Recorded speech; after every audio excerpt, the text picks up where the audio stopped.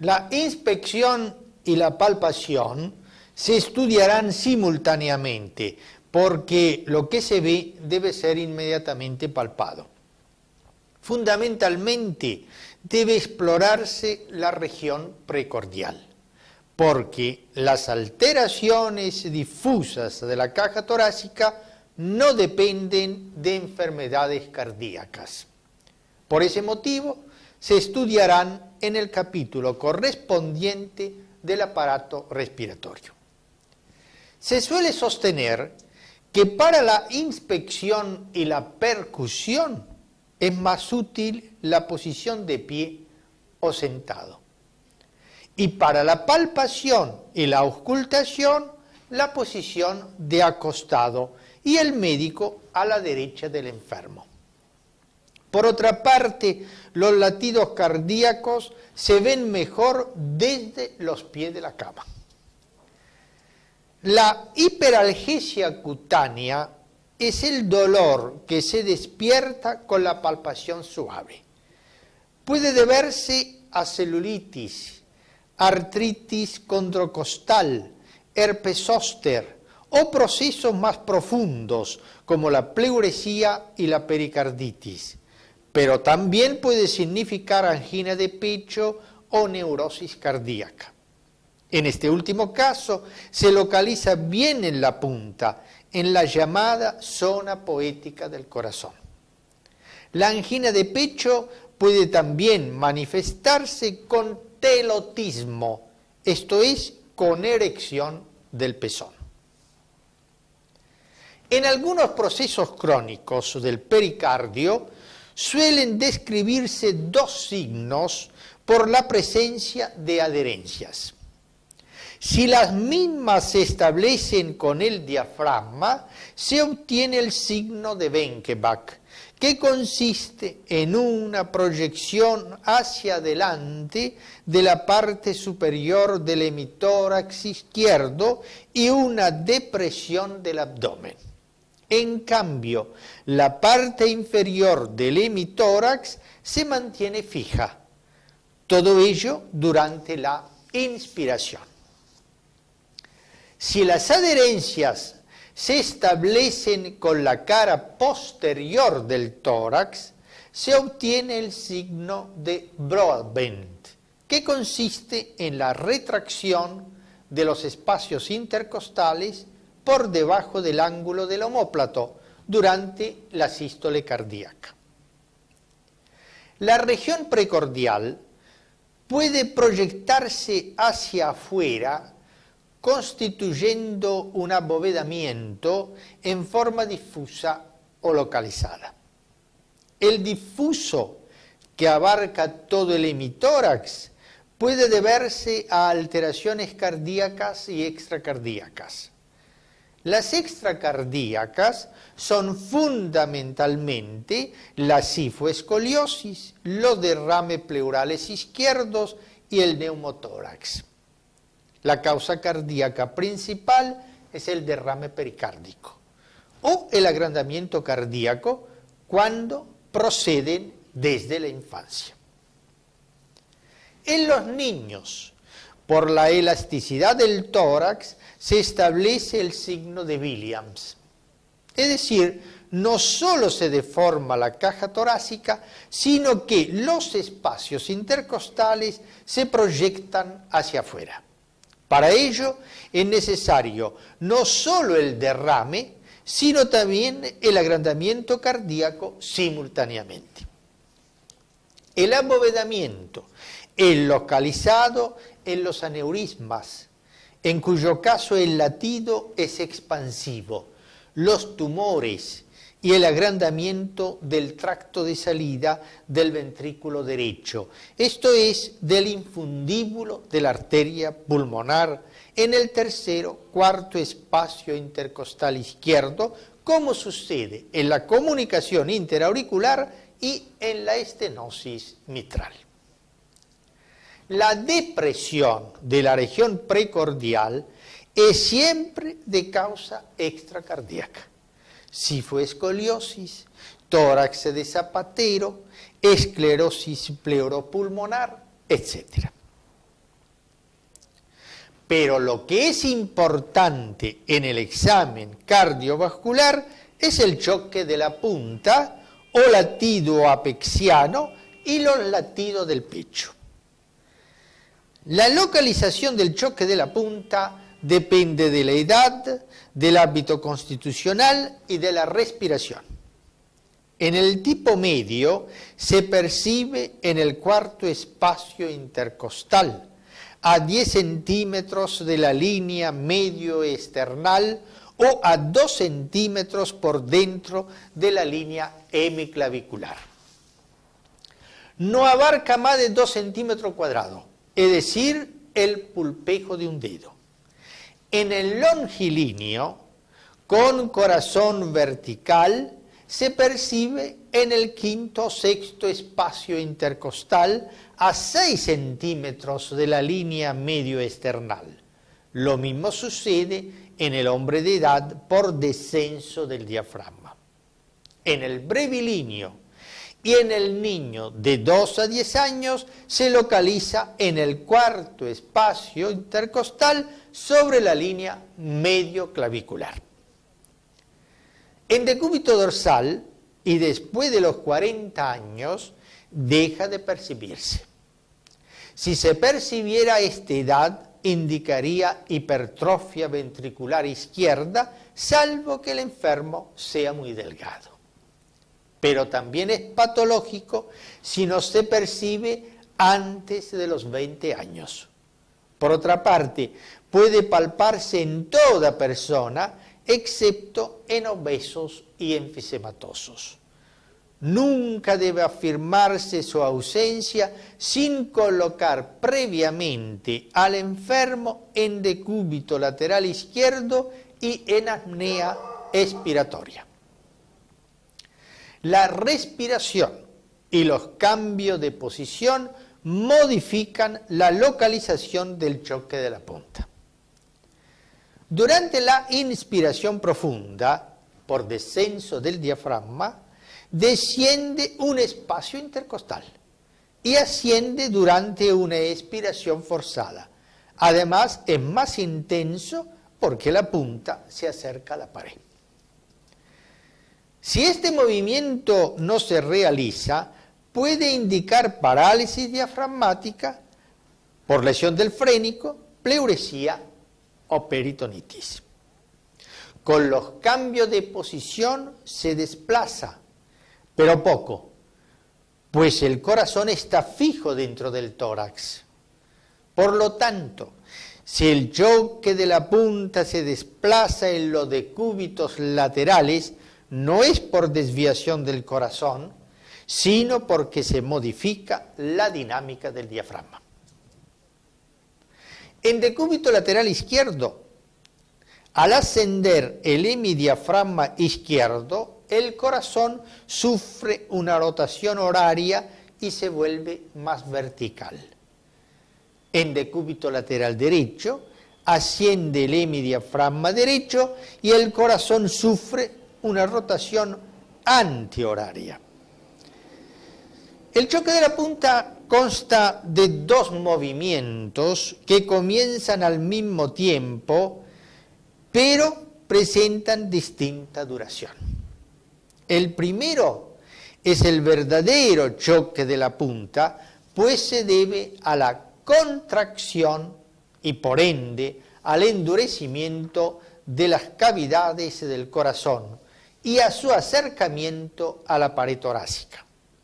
El segundo se debe a la vibración de las válvulas auriculoventriculares, sobre todo la mitral, es decir, al primer ruido. Su duración es mucho menor, no llega a la mitad de la sístole. La sístole termina cuando se presenta el segundo ruido. En personas jóvenes y delgadas puede verse como una depresión sistólica, un latido negativo, pero se palpa como positivo. El latido no lo produce la punta, sino una parte que está por encima de la misma. Por eso también se llama área del máximo impulso. Se palpa aplicando la palma de la mano derecha sobre el tórax y luego con 3 dedos. Al fin, para localizarlo mejor, se palpará con un solo dedo. Y para evidenciar mejor los fenómenos mitrales y del ventrículo izquierdo, se palpará en decúbito lateral izquierdo o de Paschon. Para las alteraciones salientes o abovedamientos y las depresiones, se paseará la mano varias veces como para la mano de escultor. El choque de la punta puede alterarse en su posición, extensión, intensidad y forma. En situaciones patológicas se modifica su posición y se desplaza, y la causa es cardíaca y extracardíaca. La causa cardíaca no solo lo desplaza, sino que también altera su intensidad y forma. Las causas extracardíacas que lo desplazan hacia afuera son los procesos pleuropulmonares retráctiles del lado izquierdo y la atelectasia que lo atrae hacia la lesión, y los del lado derecho que desplazan al mediastino y por ende al corazón hacia la izquierda, como la cifoescoliosis, los tumores, el neumotórax y el derrame pleural. Lo desplazan hacia adentro, hacia la derecha, las mismas causas, pero al revés. Se desplaza hacia arriba cuando el diafragma asciende por tumores abdominales, ascitis, meteorismo o embarazo. Y se desplaza hacia abajo cuando el diafragma está más descendido, como sucede, por ejemplo, en los longilíneos y en el enfisema. En este caso, se palpa en el sexto espacio por dentro de la línea hemiclavicular. El enfisema, además, lo atenúa o lo hace desaparecer. En este caso, suele palparse un latido en el hueco epigástrico con la maniobra de Harzer, pero es un latido derecho, del ventrículo derecho, y no un verdadero choque de la punta, que es izquierdo. Surge así el concepto de choque de la punta aparente y real, cuando el ventrículo derecho está muy agrandado, como sucede en algunos tricuspidios. En estos casos se produce una rotación horaria sobre el eje longitudinal, por lo que toda la cara anterior del corazón y la punta pertenecen al ventrículo derecho. En el electrocardiograma se manifiesta con deflexiones isodifásicas desplazadas a la izquierda en V5, V6.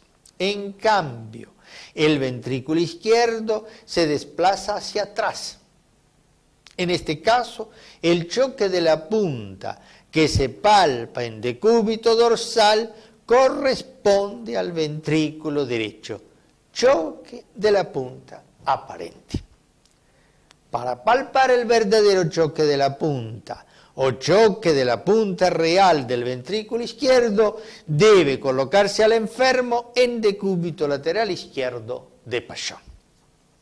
En este caso se presenta otro latido de la punta, el verdadero, más atrás y afuera del anterior.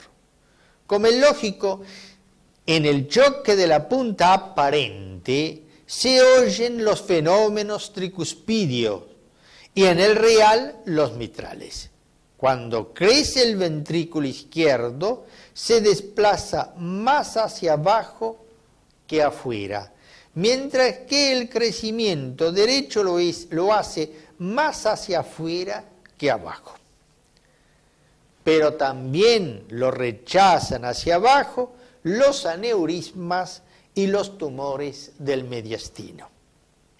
En los niños y jóvenes siempre se percibe en decúbito dorsal. En los adultos mayores de 30 años, lo común es no encontrar choque de la punta en esa posición y si se encuentra, indica alguna patología. En cambio, es común palparlo en decúbito lateral izquierdo, excepto en la dextrocardia. Por eso, cuando no se palpa latido de la punta, ni en decúbito dorsal, ni en decúbito lateral izquierdo, debe buscarse en el hemitórax derecho. A veces es necesario colocarlo en decúbito lateral derecho. Las causas cardíacas lo pueden desplazar hacia arriba, hacia abajo y afuera y hacia la derecha. Las causas cardíacas que lo desplazan hacia arriba son el derrame pericárdico, pues el líquido se acumula debajo del corazón. En el taponamiento no se percibe ese desplazamiento. Los aneurismas, pues la gran eyección al comprimir la base hace ascender el polo inferior del corazón. En el situs inversus se desplaza a la derecha y el electrocardiograma muestra las imágenes en espejo. El vector del QRS va de izquierda a derecha, por lo que en D1 y ABL las deflexiones son negativas,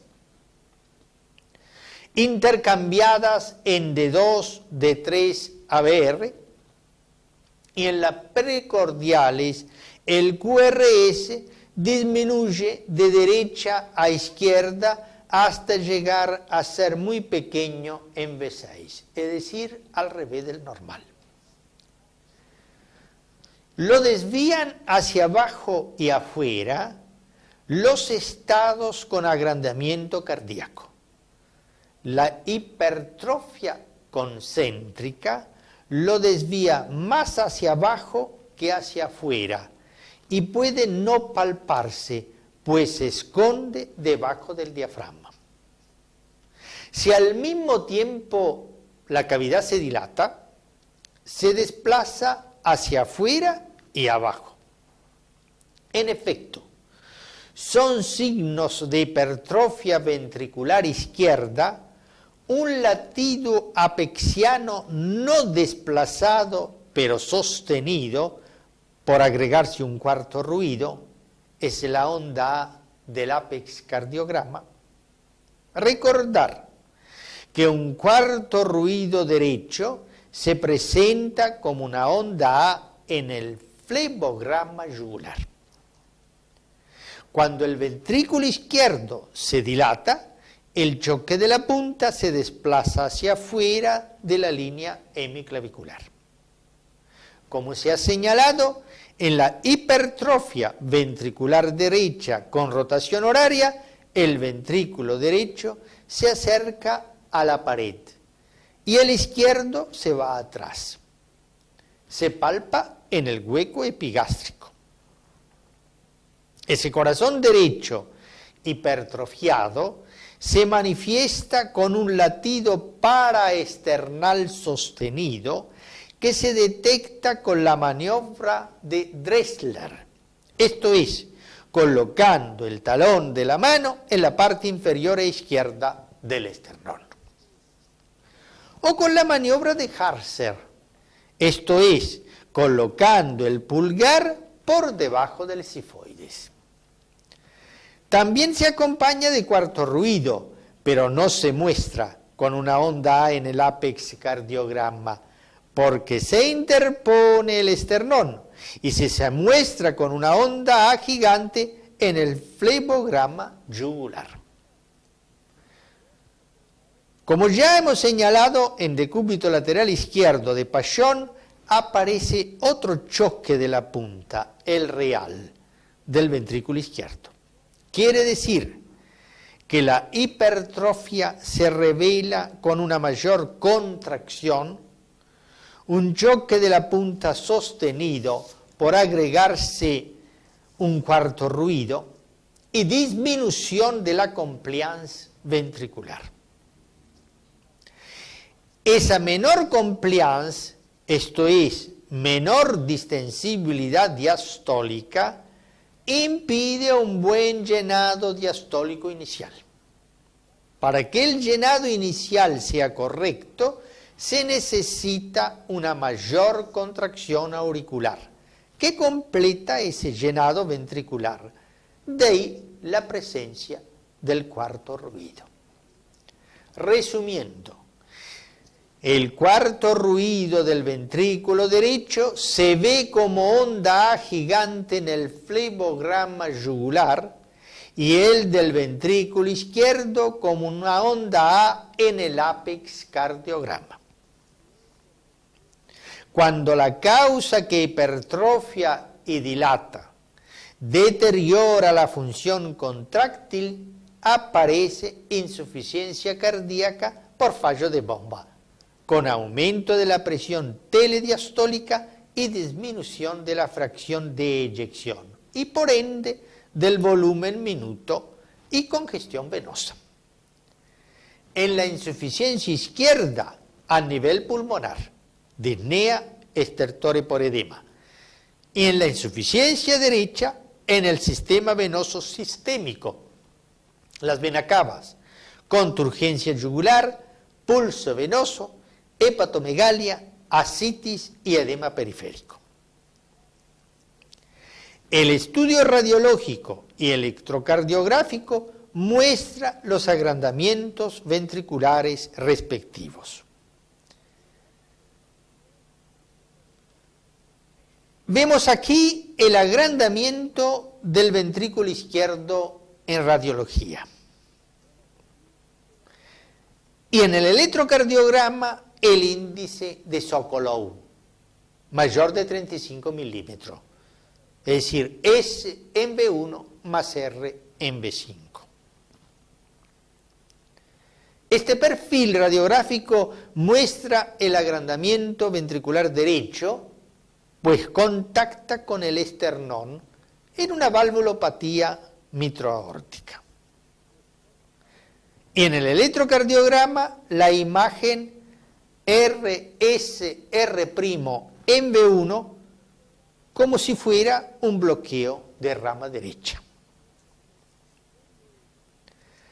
Recordamos que el fallo de bomba izquierdo se revela con un choque de la punta desplazado a la izquierda. Tercer ruido protodiastólico y soplo sistólico de insuficiencia mitral funcional. Primer ruido débil y desdoblamiento paradojal del segundo ruido, porque como el ventrículo izquierdo es hipocontráctil, la válvula aórtica se cierra después. El fallo de bomba del ventrículo derecho se revela con latido paraesternal débil, maniobra de Dressler. Tercer ruido derecho que aumenta con la inspiración y soplo de insuficiencia tricuspidia funcional. Pulso venoso positivo, ascitis, hepatomegalia y edemas. A menudo el tercero y el cuarto ruido se acercan y constituyen el galope de suma. El choque de la punta puede ser más intenso y extenso de lo normal o no.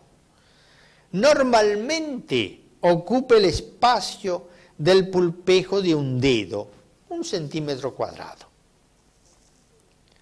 Su extensión es mayor si supera 3 o 4 centímetros y es menor cuando no llega a 1 centímetro. Las causas son cardíacas y extracardíacas. Puede no palparse o se palpa poco intenso en el obeso, en el individuo musculoso, y en las mujeres con mamas voluminosas.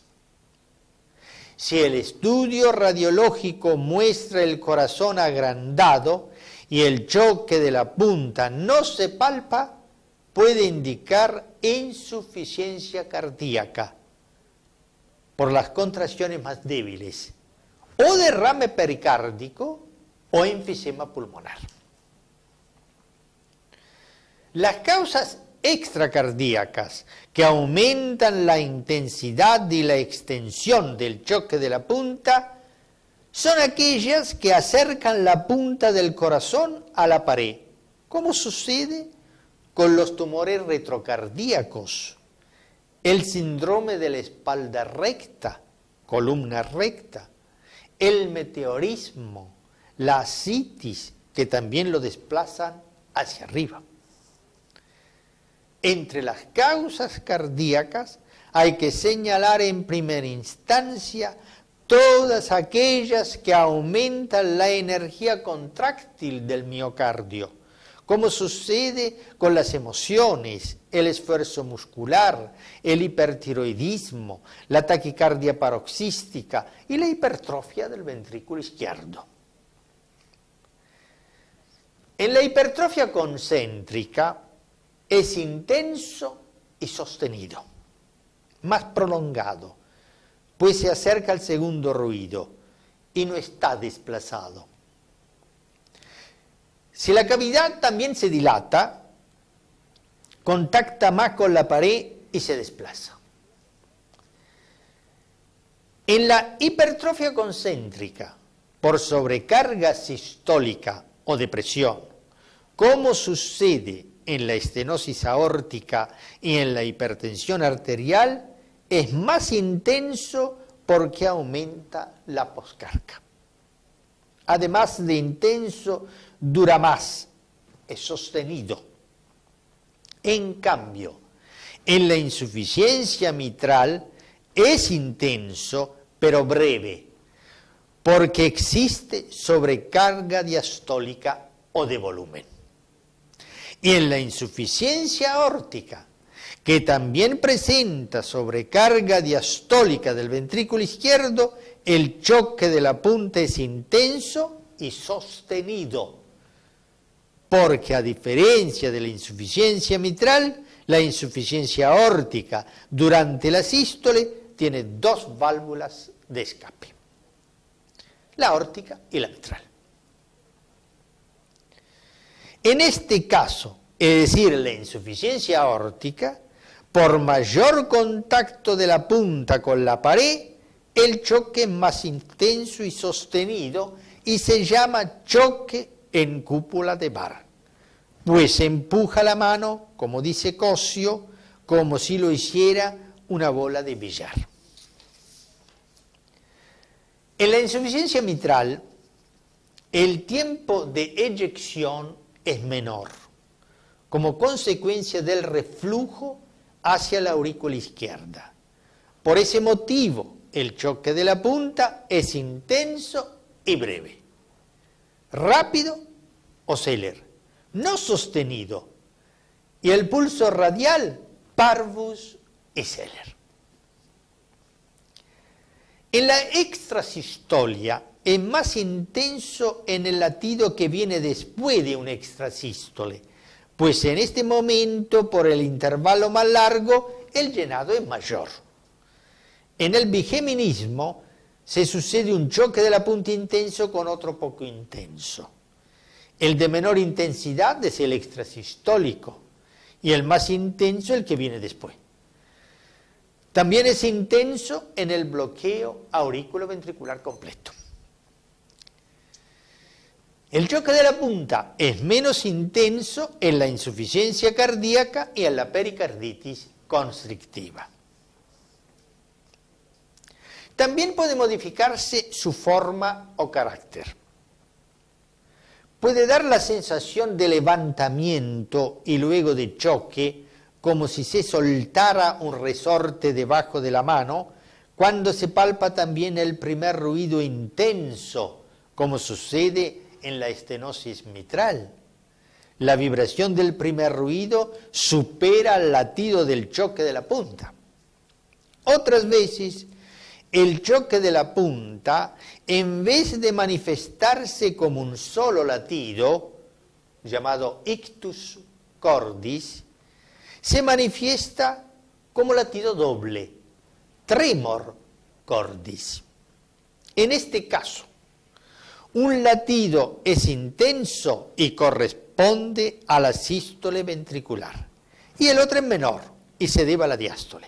Es decir, este segundo latido se debe al llenado rápido ventricular, por ende al tercer ruido protodiastólico o a un cuarto ruido presistólico por contracción auricular. Quiere decir que se palpa un ritmo de galope ventricular protodiastólico o auricular presistólico. En el protodiastólico se palpa primero el latido sistólico, el de mayor amplitud, y en segundo lugar el diastólico de menor intensidad.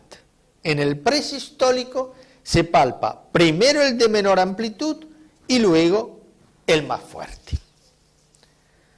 Cuando aumenta la frecuencia cardíaca, ambos pueden acercarse y sumarse, dando el ritmo de galope de suma. El choque de la punta es negativo o invertido cuando en vez de un levantamiento se observa una depresión. Se nota en la pericarditis constrictiva, por adherencias pericárdicas, o en el agrandamiento del corazón derecho que aleja la verdadera punta del corazón de la pared torácica. Algunos sostienen que en el bloqueo de rama, por asincronismo en la contracción de ambos ventrículos, pueden verse dos zonas contiguas que laten de manera sucesiva. Seguiremos con latido de tórax y percusión cardíaca.